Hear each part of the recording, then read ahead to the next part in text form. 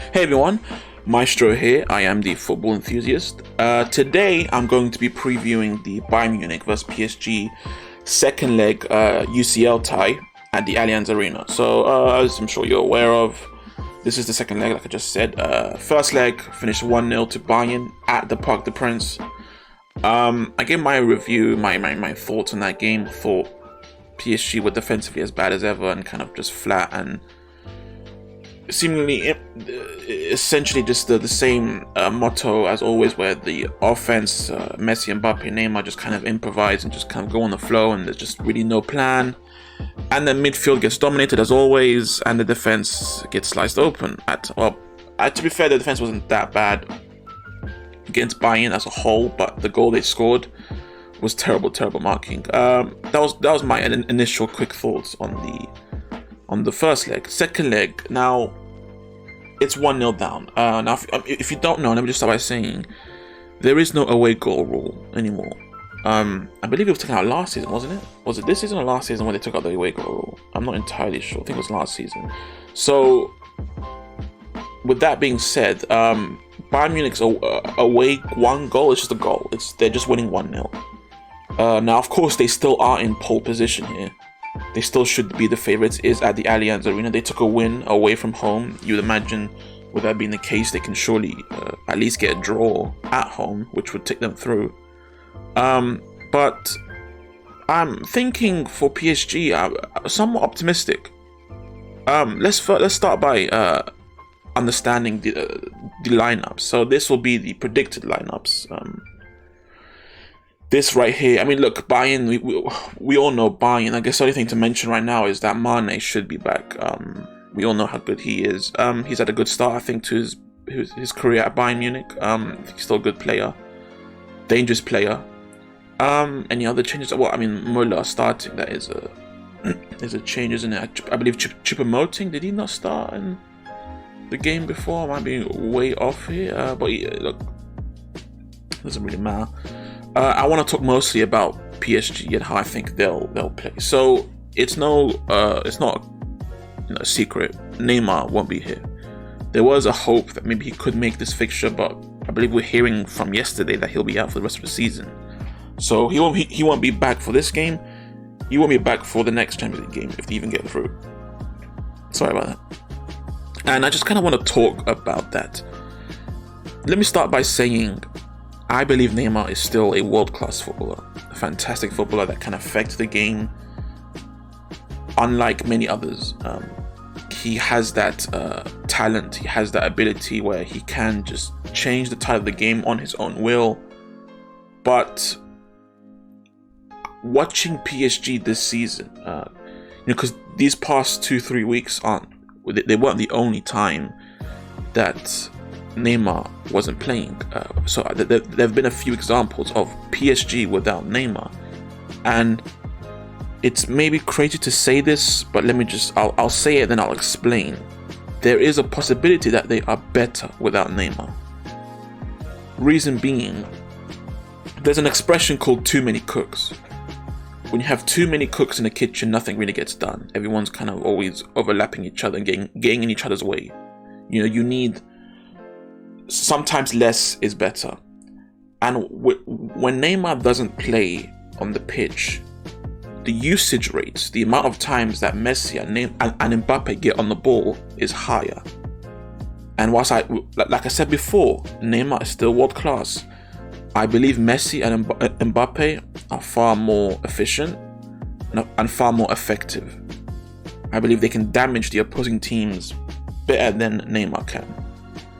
And if we kind of like, would I rather have the ball in Messi's hands once and Mbappe's once and then Neymar once, or just do like twice for Messi and once for Mbappe? I would rather do twice for Messi, once for Mbappe, that kind of thing. So Neymar not being here allows Messi and Mbappe to have more chances to affect the game. And like I said before, I think they are far more effective. And the main reason why I think they could be better isn't what I just said. That's just a tiny theory. I'm not entirely sure if I even believe that. But what I'm saying now, I definitely believe. when Neymar isn't on the pitch, you bring in someone else, anyone else in this team that will track back, that will cooperate on the defensive end that Neymar couldn't. Because here's the issue with PSG right now. I mean, look, they have many issues, but I think their main issue is their defense. Actually, no, their midfield is the main issue. Defensively, they've been poor. But also another issue was that Messi, Mbappe, Neymar, they don't track back. They stay up there. You do actually see Neymar sometimes cooperate defensively, but still not enough, not what you need. And essentially, it's like they're being told, or they don't want to come back. They do their job on the offensive end. They leave the defensive duties to everyone else. And when Neymar's not there, you now only have two players that don't track back. You have two that are focusing on the attack, focusing on crushing the opposing team's defense. And you get an extra man who will get nitty-gritty. He will get into the defensive duties. Sometimes that could be Fabian Ruiz or Vitinha or Verratti, who's always there, but there's just that extra man that they can put into their midfield, or maybe even their back two, make it a back three, that helps them out, which they need help. One thing, look, here's the thing, Messi and Mbappe can make do on their own. They don't need Neymar to be effective, as they always are on the offensive end. Defensively, they need help. Neymar does not help that, but others can. Others like Sanchez or Ruiz, like we said, Carlos Soler. These players are also offensive, like Vitinha, but they also track back, and they add a defensive round to PSG's play. It's another man, and that has led PSG to being, I feel like, far more secure, and also with the way they get the ball back, you actually find Messi and Mbappe getting on the ball far more. So with what I just said, this makes PSG, I think, better. I genuinely do. I'm not dying on this hill. I don't 100% think they're better without Mbappe, but like I said, sometimes less is more. Neymar is another. Neymar, Messi, and Mbappe are they are probably three of the four biggest names in football, with the fourth being Ronaldo. They also, it's just, and sometimes maybe that's just not good to have that many high quality, not high quality, like what's the word, like high esteemed profile players. Neymar being told, like Neymar and Mbappe, they have their own teams, their own separate agents, and their own teams of people that will go to PSG and say, hey, listen, Neymar doesn't want to track back, all right? Okay, and then the manager, okay, fine, don't worry, I won't ask him to track back, stuff like that. And for Mbappe too, and Messi too. When Messi signs a contract for PSG, he'll probably ask them, listen, okay, I'll play for you, but don't expect any defensive stuff from me. And they're like, okay, that's fine. And I think having three people just like that is not good. Two is actually, I still think it's not that great, but it's better than three.